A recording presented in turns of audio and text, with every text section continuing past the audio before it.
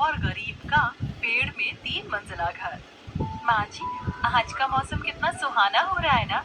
इस बारिश के मौसम में अब तक का सबसे प्यारा दिन है ये। इतना अच्छा मौसम है तो क्यों ना गर्मा गर्म चाय पकौड़े हो जाए। बहू, तुमने तो मेरे दिल की बात कह दी। चल आजा, दोनों सास बहू मिलकर गर्मा गर्म चाय पकौड़े बनाते हैं, फिर आराम से छत पर बैठकर खाएंगे। कितना अच्छा मौसम हो रहा है, लगता है बारिश होने वाली है। माँ, मैं और राजू छत पर जाए? नहीं बच्चों, छत पर नहीं जाना, यहीं रहो।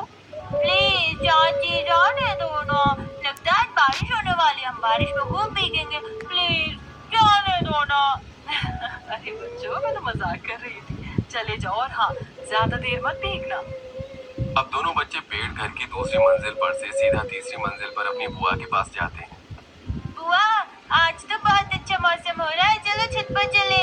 मन तो मेरा भी कर रहा है, चलो छत पर चलते हैं। राजू पिंकी अपनी बुआ के साथ पेड़ घर की तीसरी मंजिल की छत पर आ जाते हैं। तभी बादल गरजते हैं और देखते ही देखते बारिश शुरू हो जाती है। वो तीनों बारिश में भीग ही रहे होते हैं कि तभी पेड़ घर की पहली मंजिल से अनामिका अपनी सास के साथ गर्मा गर्म चाय पकौड़े लिए सबके साथ छत पर आती है।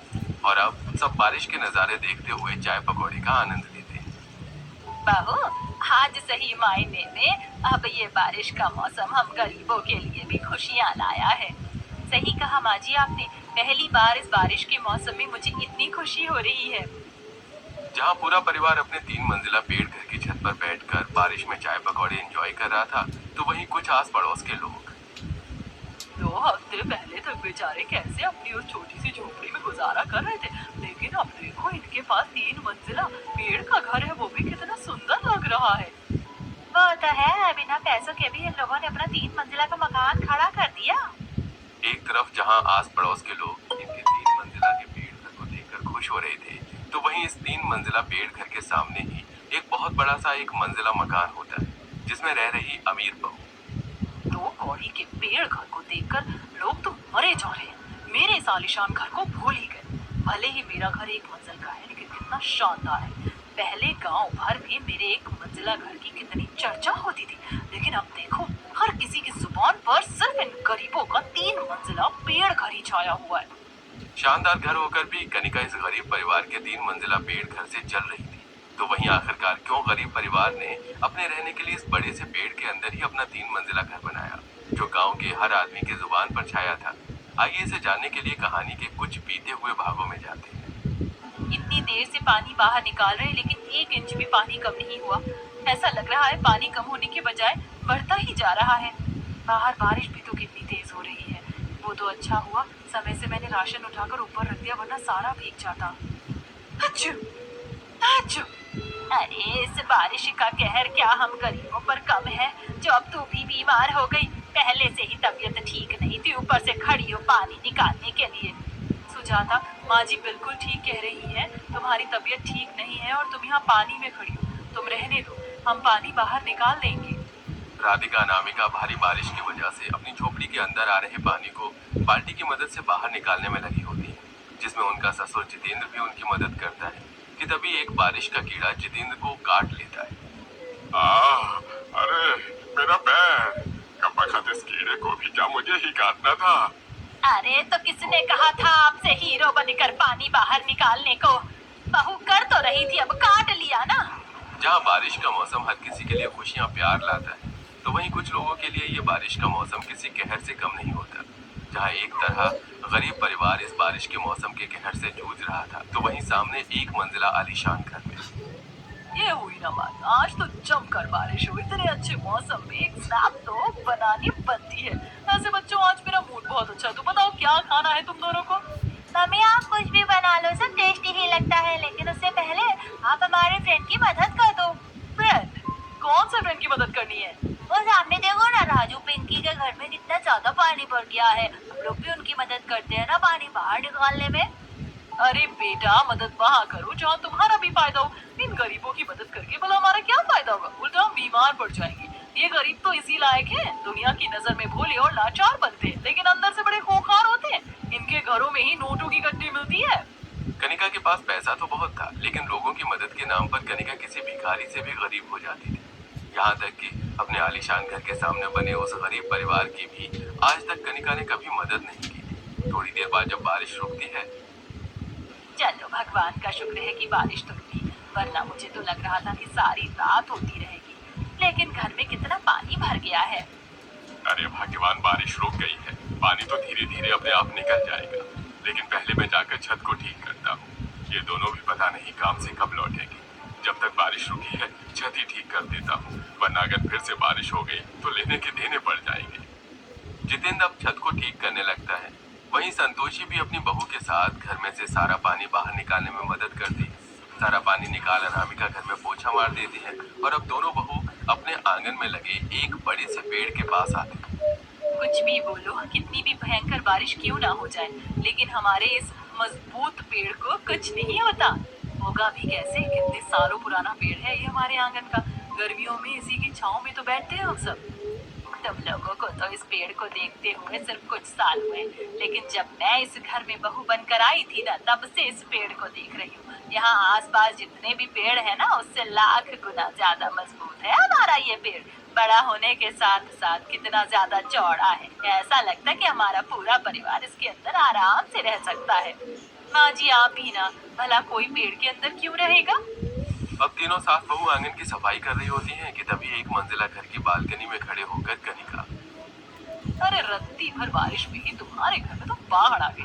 अरे कब तक झोपड़ी में रहोगे, अपने लिए एक पक्का घर क्यों नहीं बनवा लेते।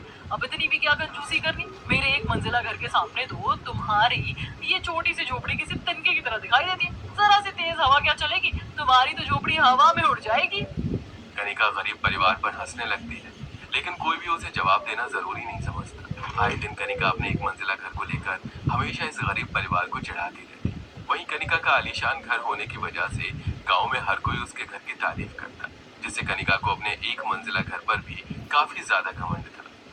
रात को खाना खाते हुए, सुनिए जी, आप लोग कह रहे थे कि किसी से पैसे लेकर घर की मरम्मत करवाएंगे। बात हुई किसी से पैसे को लेकर? मैं तो कह रही हूँ घर की मरम्मत करवाने के साथ साथ कम से कम 2 मंजिला का घर बनवा लेंगे। बारिश में काफी दिक्कत होती है। बात तो की है, लेकिन अभी कहीं से कोई जवाब भी नहीं मिला। अरे इंसान कर्ज भी उसी को देता है जो समय से लौटा सके। हम तो खुद ही मजदूरी करते हैं, किसी से कर्ज ले भी लिया तो समय से दे पाएंगे या नहीं दे पाएंगे ये पता ही नहीं है। लेकिन कुछ तो करना ही पड़ेगा ना। कर्ज लेने के बाद हम लोग भी कुछ ना कुछ काम शुरू कर देंगे, कम से कम थोड़ी बहुत मदद ही हो जाएगी। बहू तुम परेशान मत हो, सब ठीक हो जाएगा। धीरे धीरे मैंने भी 1-2 लोगों से बात की है, कहीं से कोई तो जवाब आएगा। किसी भी जगह से जवाब ना आने पर कुछ दिन आकाश और सूरज एक सेठ के पास जाते हैं। अरे मैं तुम दोनों को कर्ज कैसे दे दूं? जितना मांग रहे हो उससे ज्यादा ही दे दूं, लेकिन बदले में गारंटी के लिए कुछ तो रखो। न तो तुम्हारे पास अपना घर है, न कोई जमीन पैसा, कुछ भी नहीं है। सेठ जी, हम बहुत परेशान हैं, कुछ तो जुगाड़ होगा ना।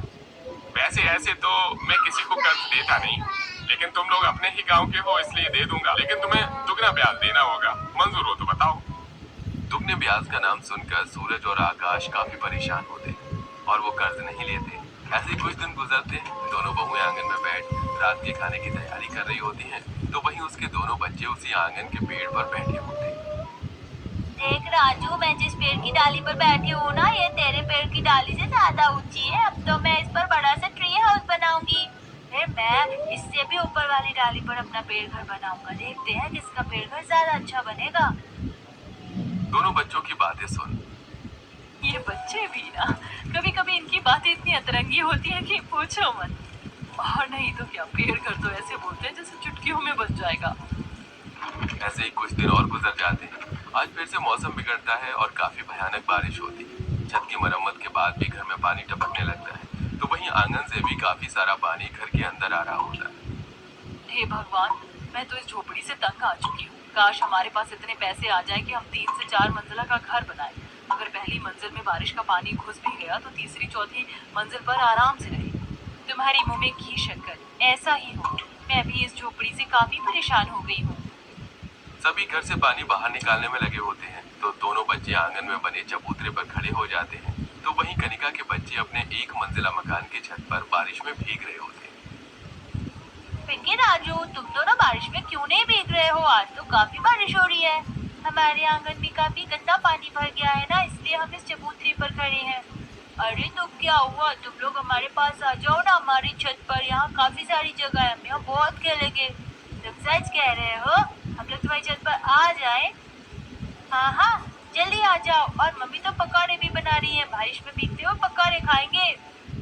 राजू पिंकी कीचड़ के पैरों के साथ ही कनिका के घर में आ जाते हैं। तभी कनिका उन्हें देख लेती है। तुम दोनों की इतनी हिम्मत, तुम दोनों मेरे घर में, वो भी इतने गंदे पैरों के साथ, सारा फर्श खराब कर दिया। तुम्हारी हिम्मत कैसे हुई यहाँ आने की? निशा और तरुण ने हमें अपने साथ छत पर भीगने के लिए बुलाया था, हम छत पर जाएं? एक तो मेरा फर्श गंदा कर